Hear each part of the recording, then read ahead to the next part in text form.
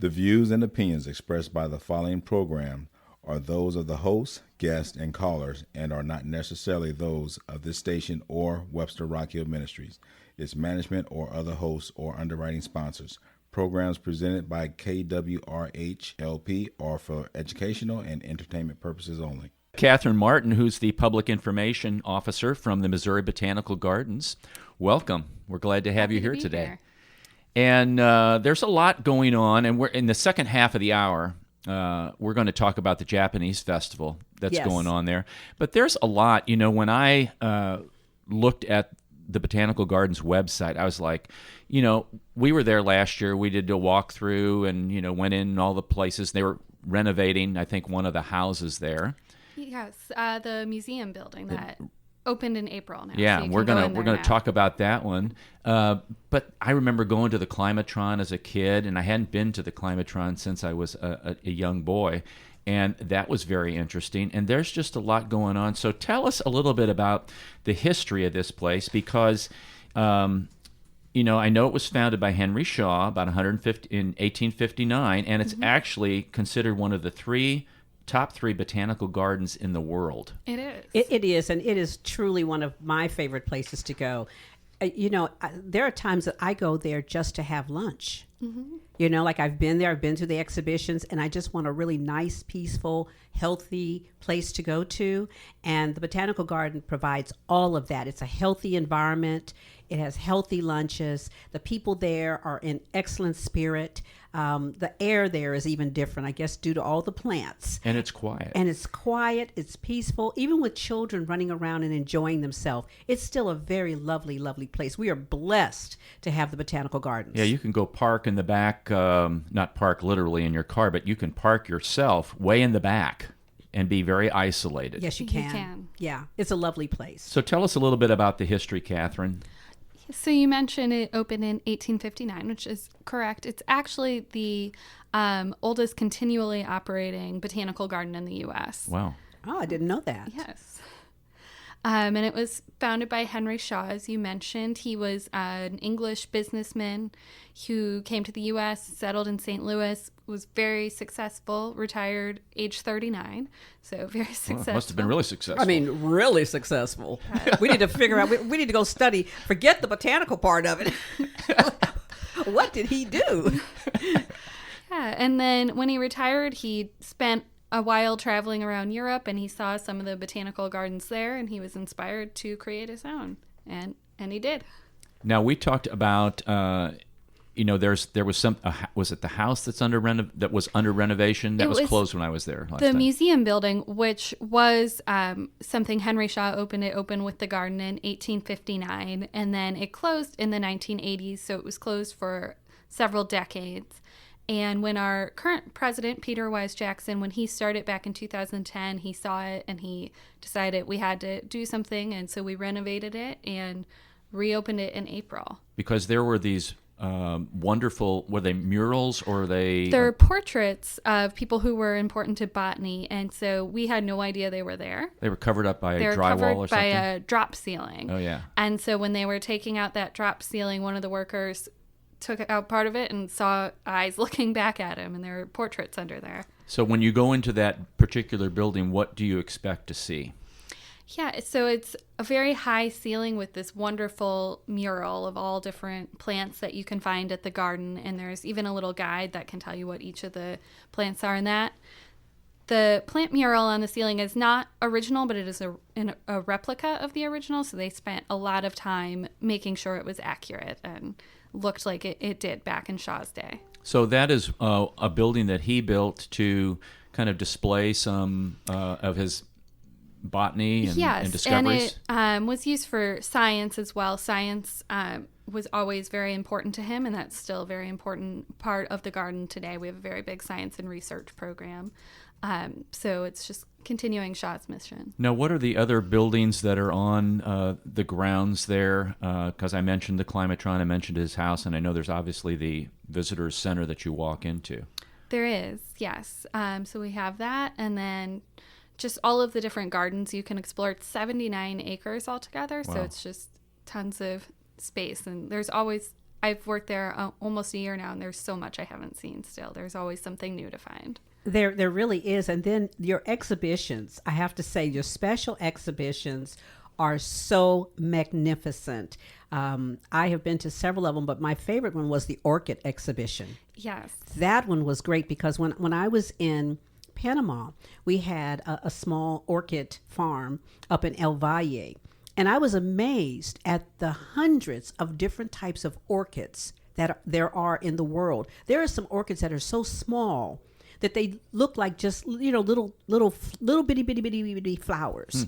But they're orchids. And people don't realize that there are just hundreds of species of orchids. And they're not easy to grow either.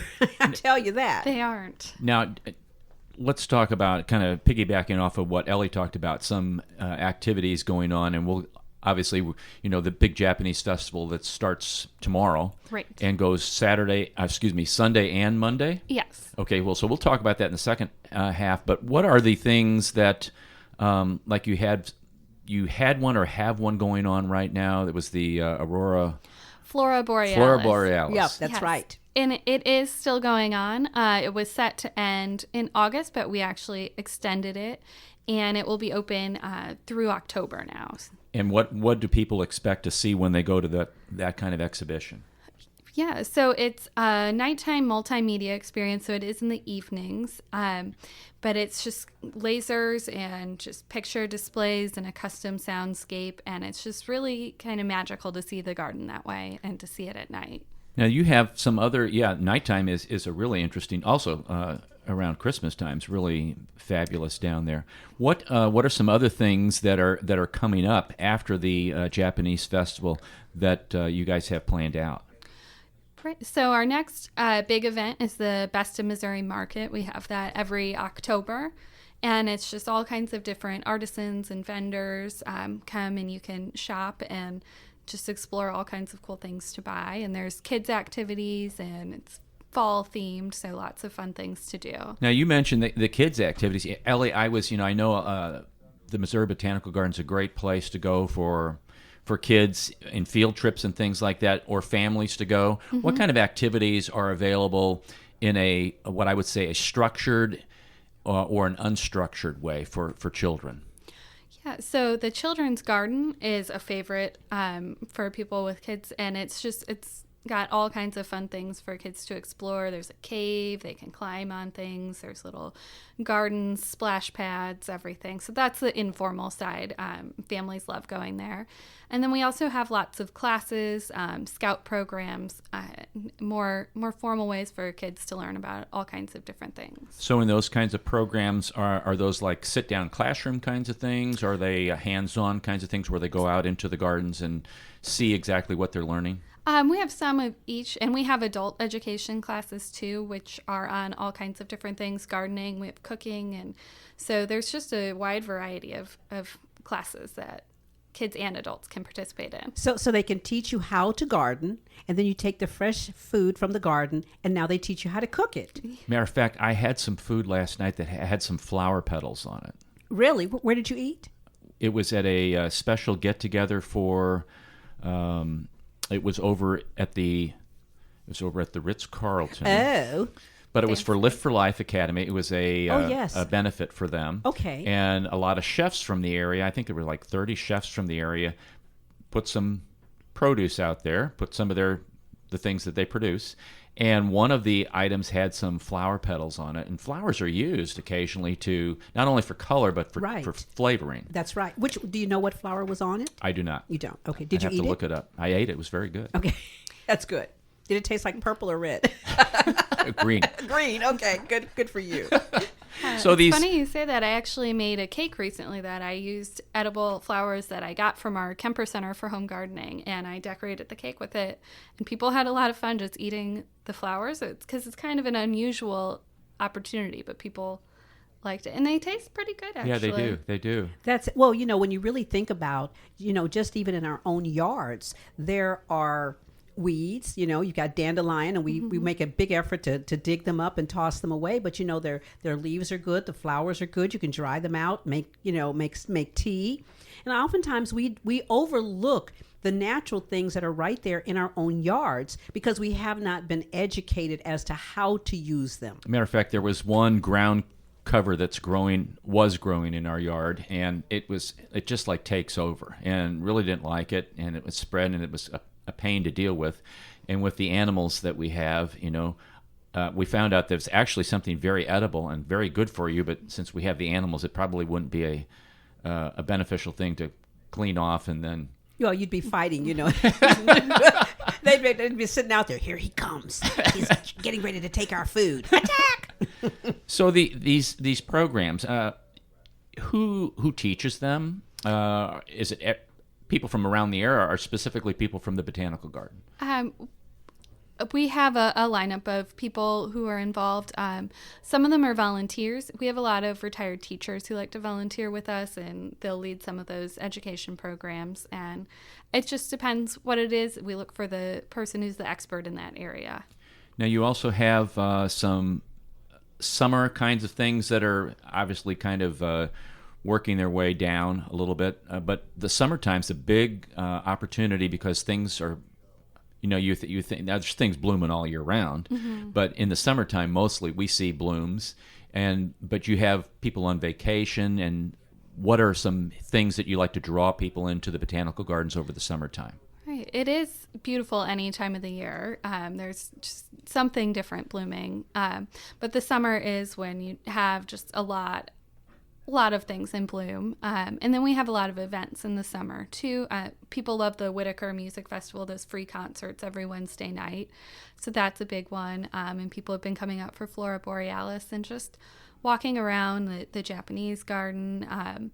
Some over by the Kemper Center, we have some native plant gardens, which are nice to see. I was just out there yesterday. There's lots of monarchs, butterflies, pollinators. It's just really beautiful. Now, if people want to figure out how to design their garden in their yard. I'm thinking more of a flower garden than a vegetable garden because there's differences there.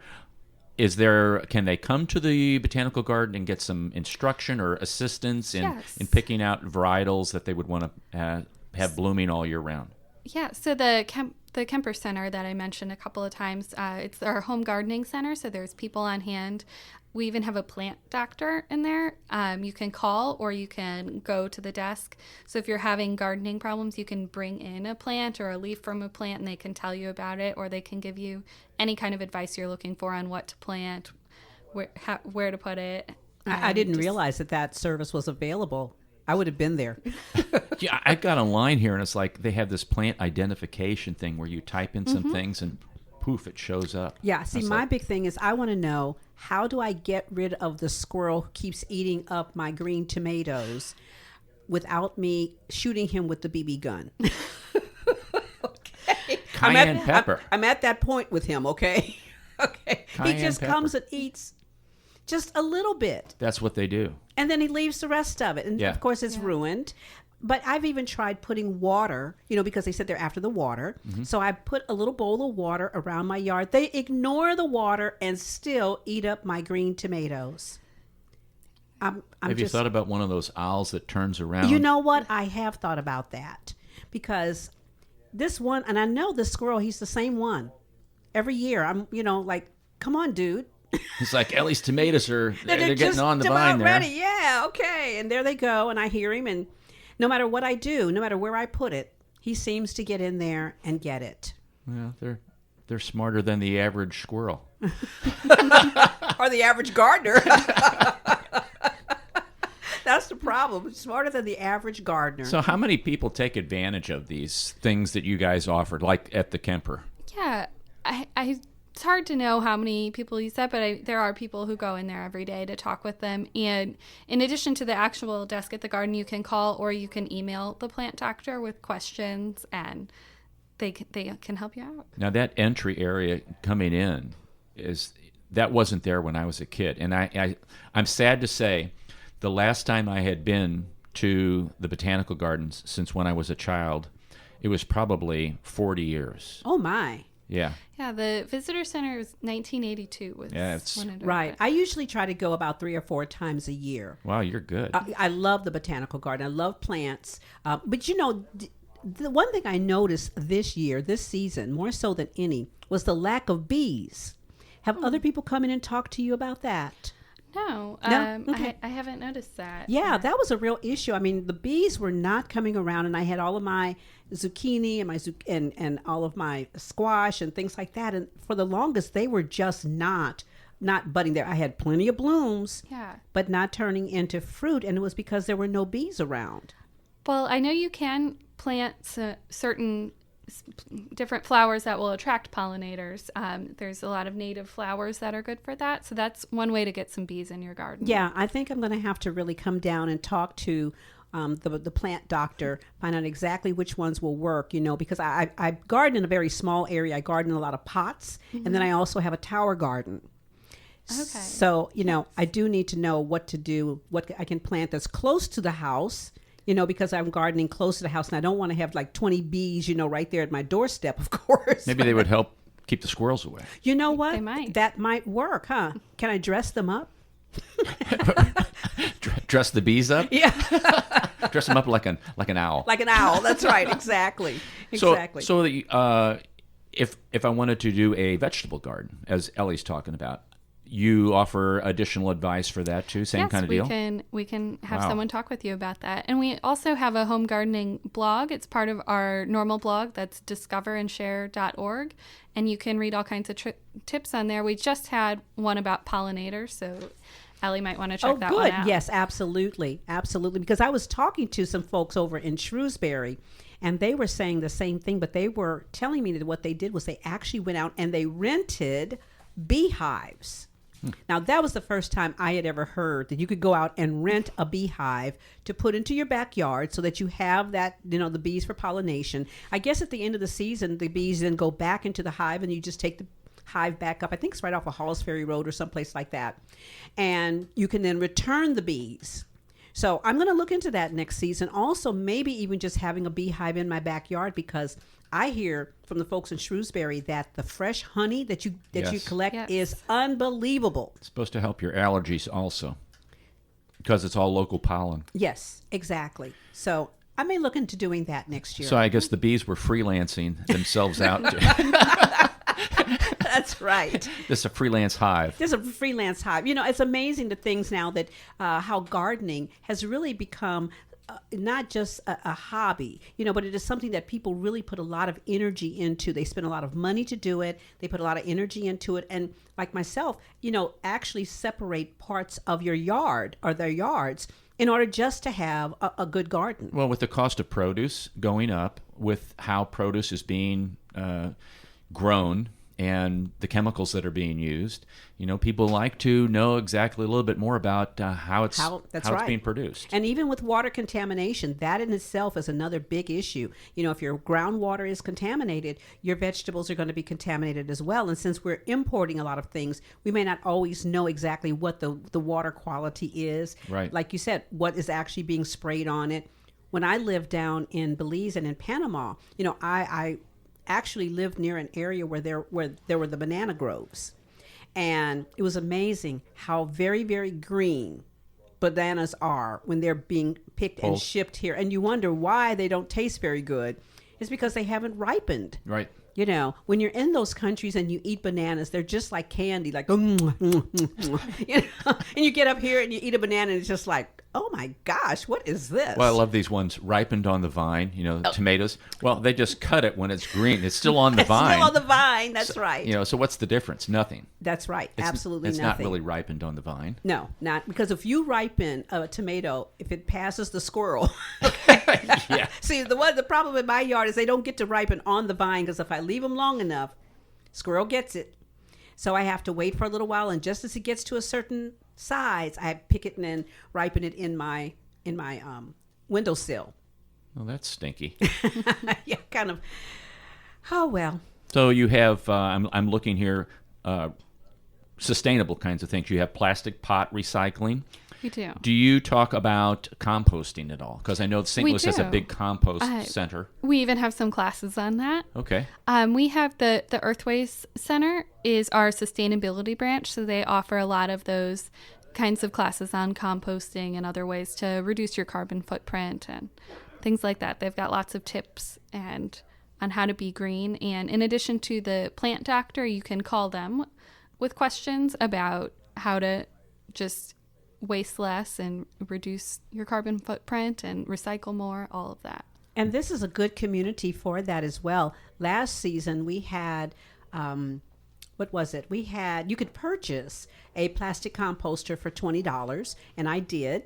And then we came and picked them up. I was amazed at the number of people that applied for that, and paid for that. And it was months before we actually got our composter.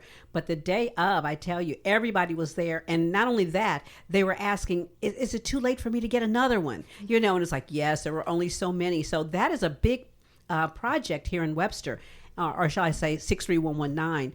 The people in this community are very open to sustainability and ways to be able to reduce their carbon footprint.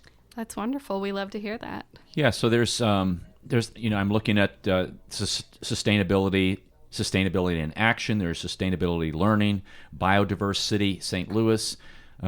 This is just, I need to get more involved with the botanical gardens and take advantage of the resources that they have, because the staff, numerous staff down there and people willing to help you out. And one thing we haven't talked about, what does this stuff cost? Just to get in, or to ask somebody about, gee, what flowers do I want to put in my garden? Or the plant doctor is just included with your general admission, so and members can get in free. But to call or to email, that's free. Anybody's welcome to do that and contact them that way. And I tell you, Ellie, a lot of times when Amy and I go to activities like this, it's less expensive and more beneficial just to become a member. Yes, if you can do that, because you almost pay for your entry with the membership. Yes, if you just and you get have out all there. these other resources available to you, and you just come back anytime and come in for free. And when you're a member, I do believe that you'll take greater advantage of it. You're thinking about, let's see, what am I going to do on Saturday? What am I going to do on Sunday? You've got your membership. Mm-hmm. And the beauty of the Botanical Gardens is that you can always go to a different part of it. Yes. You may just say one day, you know what, we're going to go to the Climatron and we're going to go and have lunch. Or we're going to go to the Rose Garden and we're going to do this, or we're just going to walk around just for exercise. The Shaw neighborhood, too, is a magical neighborhood. It is. There are so many wonderful restaurants and galleries, and I was just at a vegan restaurant over in the Shaw District just last weekend. Just lovely place. The food was scrumptious, and when it became noon, I tell you, that place was flooded with locals. People that could just walk from their houses right there, eat healthy, and be back home. It was great. It is a wonderful place. This is In Tune. You're listening to Arnold Stricker and Ellie Wharton, KWRH-LP 92.9 FM, your community radio station in Webster Groves, Missouri. We'll be right back.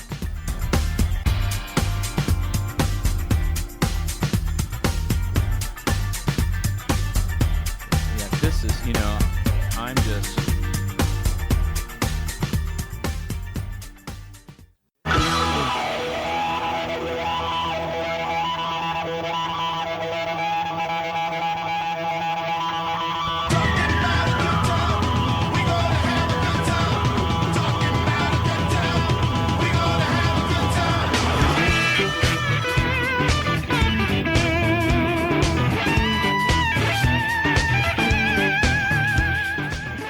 In Tune. This is Arnold Stricker with Ellie Wharton. We have in studio Catherine Martin from the Missouri Botanical Garden. She's the Public Information Officer, and we've been talking about some of the history of the Botanical Garden and many of the things that it offers.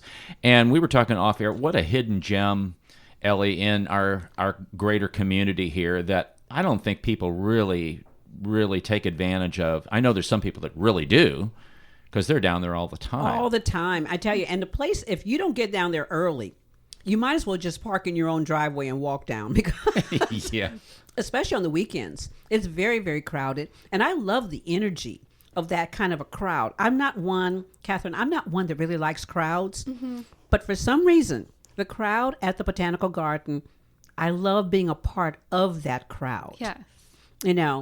If it's no more than just the old man, as I always say, the old French man walking with his hands behind his back. And in Paris, they really do walk like that. I saw that when I was over there, and I was just like, they do walk like that. But I love it. And I love to see older couples, younger couples, children enjoying nature, curious, I love the sculptures there, the design. I mean, everything there, I think, has just been so beautifully laid out, and is such a respect for nature. And it's good to see that there are the programs like the recycling program, the cooking program, the planting and gardening program. Everything that's there, again, is there to help sustain and grow our community. You know, I'm going to make a leap here on a statement. I'm wondering how many more times, because I'm talking about myself, because people get very busy with a lot of different things. And we've talked about a lot of different museums and places that people can go see in St. Louis, and a lot of it has to deal with interest. But how much more would we participate and take advantage of these opportunities if we disconnected from electronics a little bit more? That, to me, would be very, very important, because the time that we spend with our families is that kind of time that, for years down the road, you remember that. I know when my husband was in his last stages of life, he and I went and did everything together. I mean, even down to the point of he's going to Walgreens to pick up a prescription. And I'm like, I'm going with you, honey. I'm just going down to the Walgreens. Going down to the Walgreens. Honey. That's okay. I'm going with you.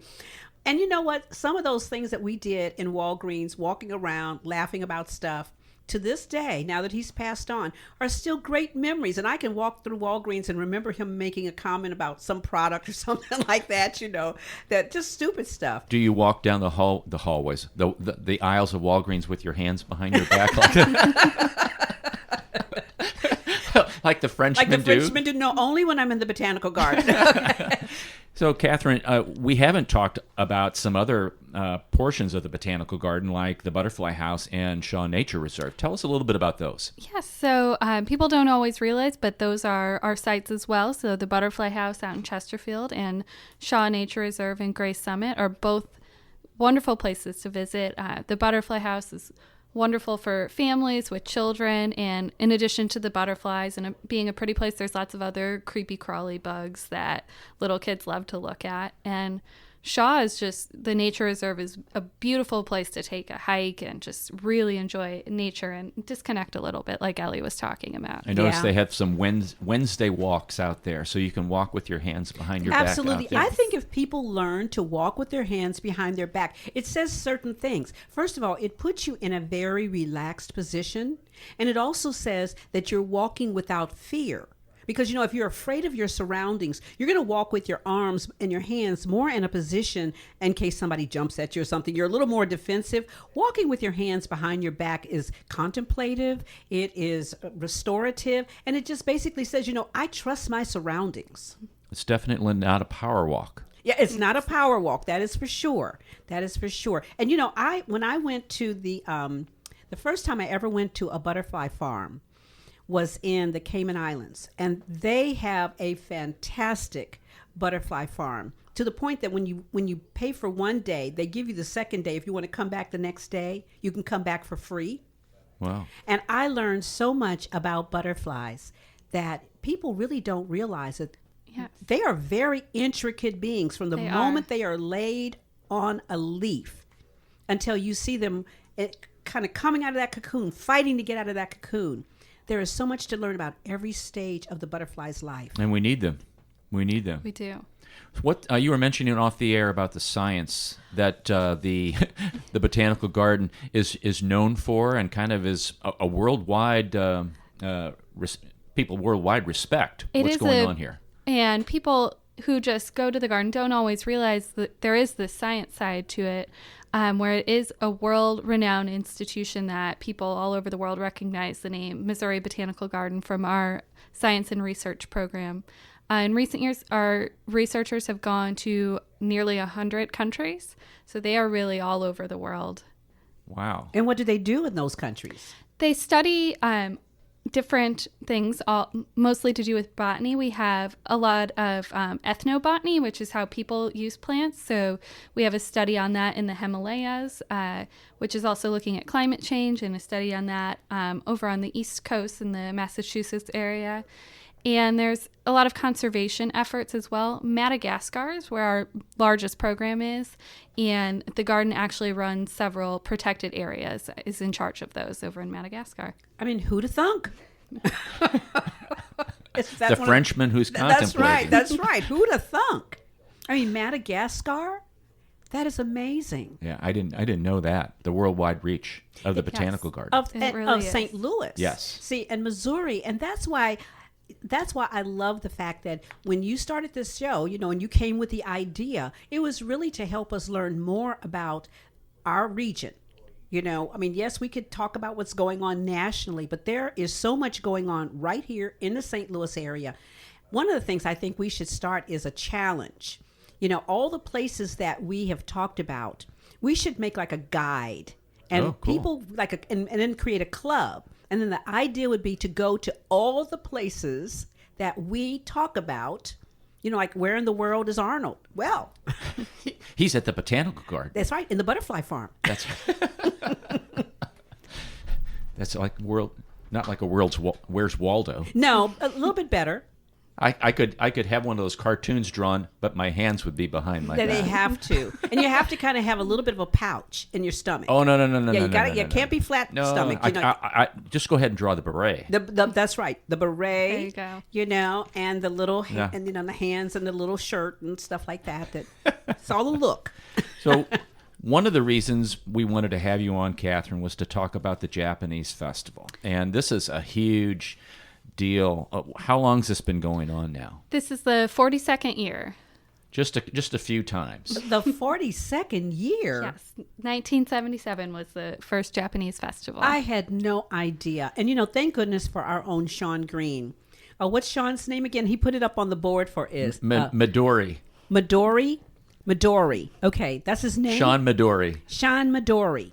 Isn't Midori a woman's name? Well, that was the joke he said. It was, but it kind of means green somewhat in Japanese, but it is a girl's name, and so green blue. Yeah, green blue. Because remember, like green that. and blue, he said, are the same colors in Japan. I'm not quite sure how that works, but you know what? I do remember years ago I met some people. I can't remember where they were from, but the word and the color blue was not even in their vocabulary. I mean, can you imagine that blue? Well, they can't sing the blues. They must sing the yellows or sing the reds. The reds, that's right. All right, so Sean's going to clear this up for us. Okay, Sean, clear up the mystery Midori, of what do you think? Your name.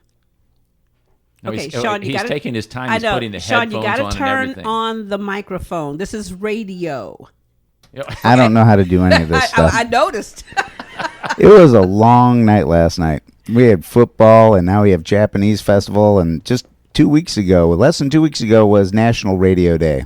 So So what does this have to do with explaining Midori? All right. So Midori is a word that comes from the word miraru, and it means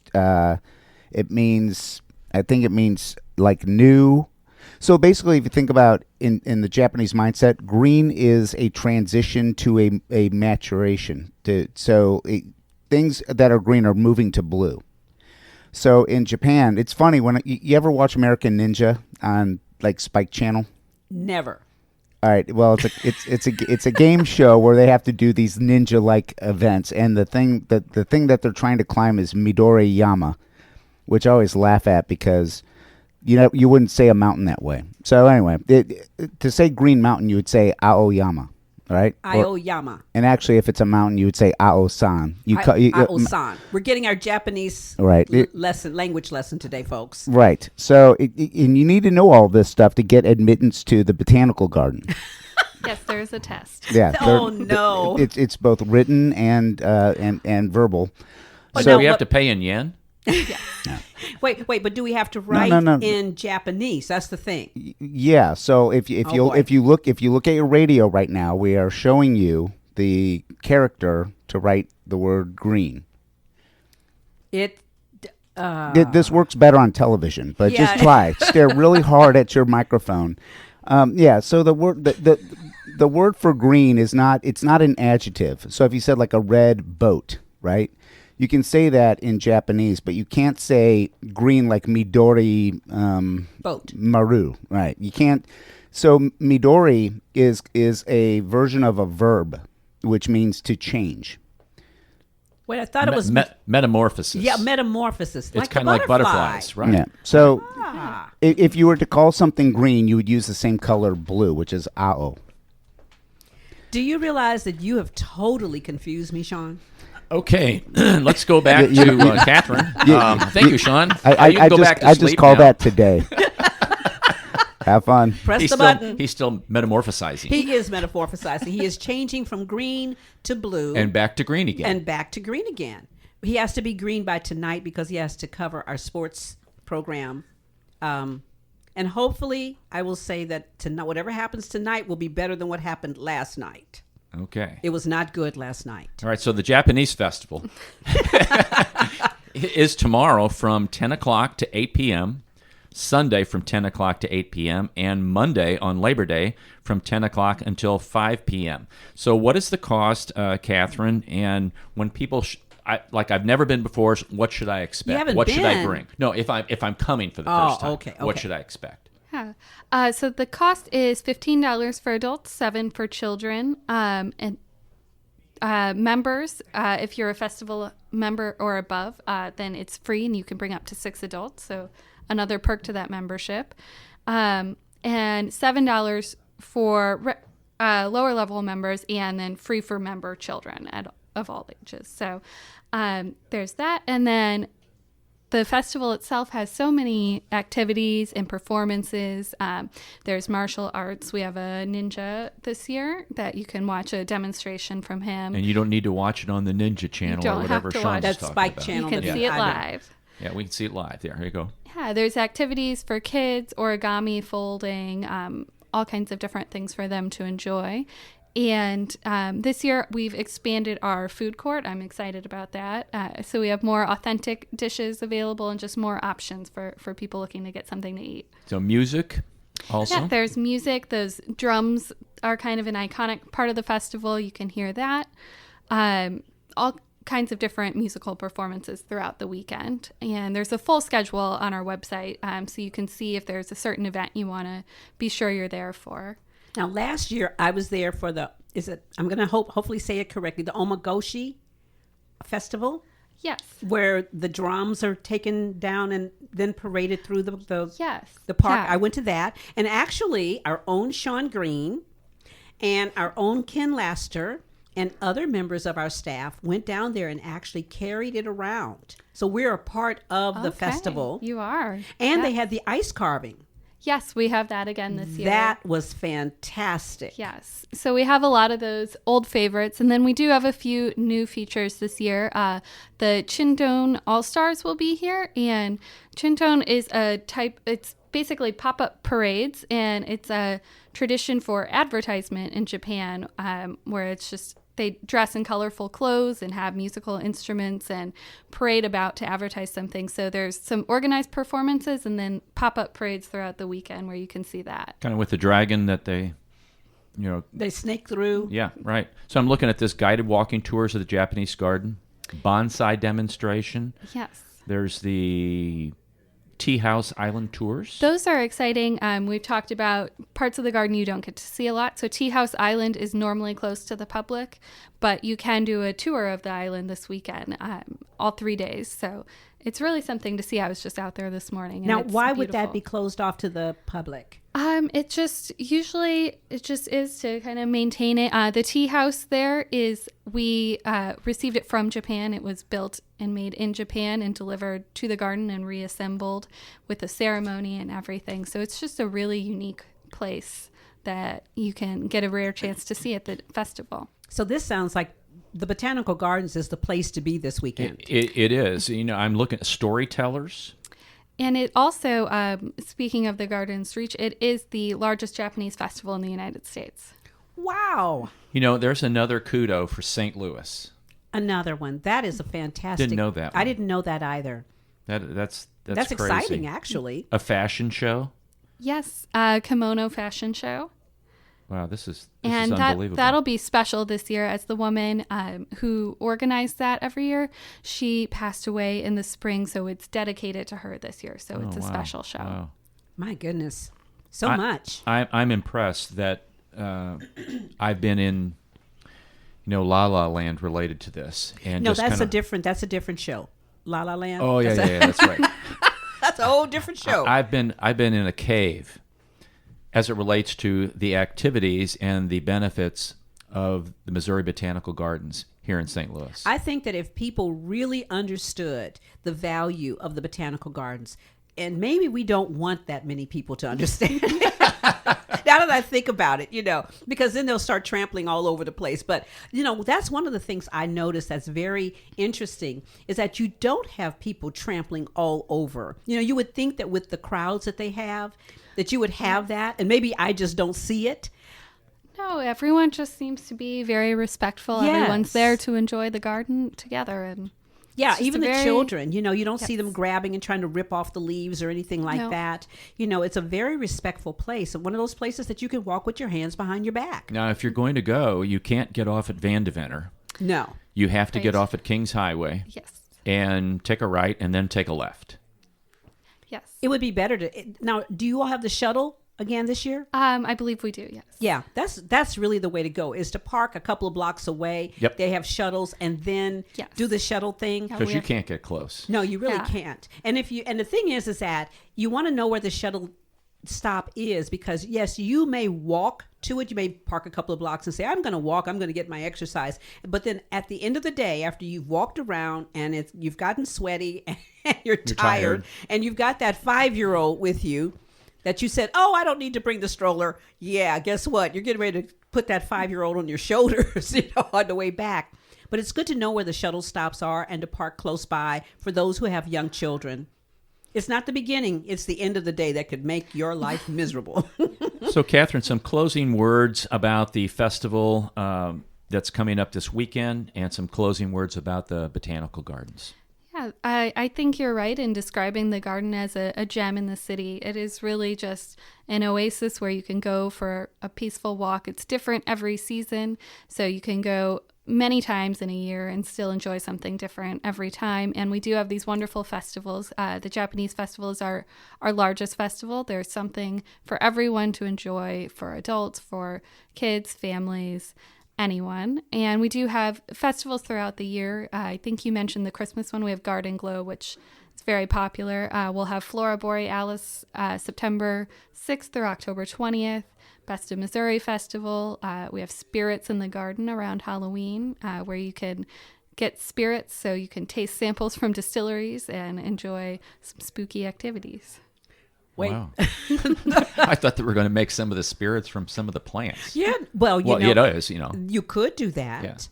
Yeah. I think You that can. Grow some corn. that just does no Grapes.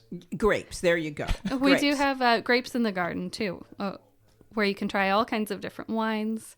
Enjoy. It's in May, so it's nice weather. It's a year-round place to go. It is really a is. destination.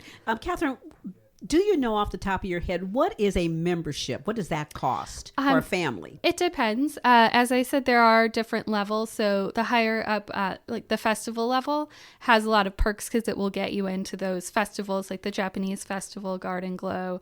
So you can enjoy some of those events. But there are lower cost ones as well. So what are we talking about? Do you know what those costs are? I don't have the numbers off with me, so I don't know off the top of my head. Okay, so I'm punching this in real quick here. Yeah, See if- because the more I listen to what you're saying, Catherine, the more it seems to make sense to have the family membership. Yes, if you said you're going multiple times a year, you enjoy the festivals, it definitely makes sense. Yeah, the festivals. I think that's where I tend to fall off, only because I told you I don't like crowds. Right. But again, the festivals are so interesting and unique, and They are are. worth kind of breaking out of my shell and going to. Yes, yeah, they are worth it, and they're just so much fun. So many things to do, and just a different way to experience the garden again. Well, and you can even become a volunteer down there. You can. And We help. have many volunteers. A lot of our docents, we're celebrating the anniversary, the 40th anniversary of our docent program this year.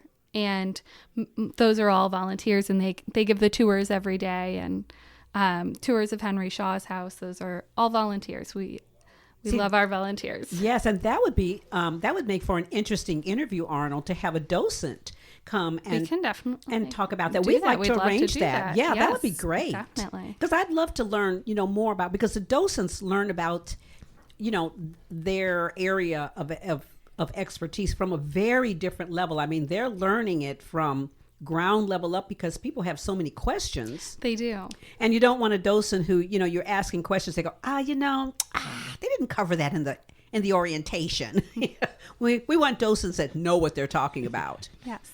We'd love to arrange that. Great. I wanted to mention that Botanical Gardens is part of the Zoo Museum District. It is, yes. And so they do receive some benefits from our taxpayer dollars, and which helps reduce the cost for city-county residents. Yes, it is lower for city and county residents. So there are, here's some membership levels. $50 for an individual, $70 as a garden senior. Friends and family is $115. There's a variety of membership benefits. We just ask you to go to the website and check that out. This is a great place to go, folks. Please take some time out of your schedules. Bring the family. Go take a walk like a Frenchman in the gardens, and That's put your right. hands behind your back And wear your beret. and stick your belly out. Well, okay. That visual, just yeah, but you No, got you have to be in shape. You have to be in shape, Frenchman. Put your beret on and yeah, and enjoy the walk, enjoy the butterflies, enjoy the Japanese festival this weekend. right, and everything that goes there. I think that you're right. I just really never thought about the gym that we have right there in the Shaw neighborhood. And I just appreciate you so much for coming in and reminding us. And I'm sure that there are people in our listening audience that are saying the exact same thing. It's like, wow, the last time I was down there, I need to go again. Well, folks, this is the weekend to go because our own Sean Midori will be there. We're no longer going to call him Sean Green, okay? We're going to call him. So we've all come up with new names. Remember, He will be metamorphosizing. Yeah, he's he's Midori. the question is, what is he metamorphosizing into? He's metamorphosizing into Admiral Lonnie Thunder. Admiral Lonnie Thunder. Well, I thought part of it was just maturing. That's just an inside joke. That's a no-no on the radio. But Yeah, I saw your notes back there. I know who you're making fun of, but that's okay. I'm not going to mention it. But yeah, the maturing part, that's the questionable part. I just think he's metamorphosizing into maybe, a brighter shade of green. I think that's what it is, but definitely not maturing. A green with an E. That's right, a green with an E. That's an what E. Green. Catherine Martin, thank you for coming on the show today. We really Thank you for appreciate having it. me. It's been great to have you here. Happy to do it. And we've loved it. And we do want to get those docents on. We would love to Yes. speak to the docents I'd as be well. happy to find one for you. I'm sure Great. they'd love to talk about it. That is great. So, we do have some Japanese festival things happening here also on the show to support, or actually on the station to support what's going on at the Japanese festival. Tomorrow night at 7 p.m., Saturday and Sunday, the taiko drums will be playing. We've also got some Japanese rock music that will be playing all night and all day. I've heard about that. That is like if you haven't rocked out to some Japanese rock, you haven't rocked out. Rock out to the taiko drums, too. That's right, the taiko drums. This is In Tune. Arnold Stricker and Ellie Wharton. You're listening to KWRHLP 92.9 FM, your community radio station in Webster Groves, Missouri.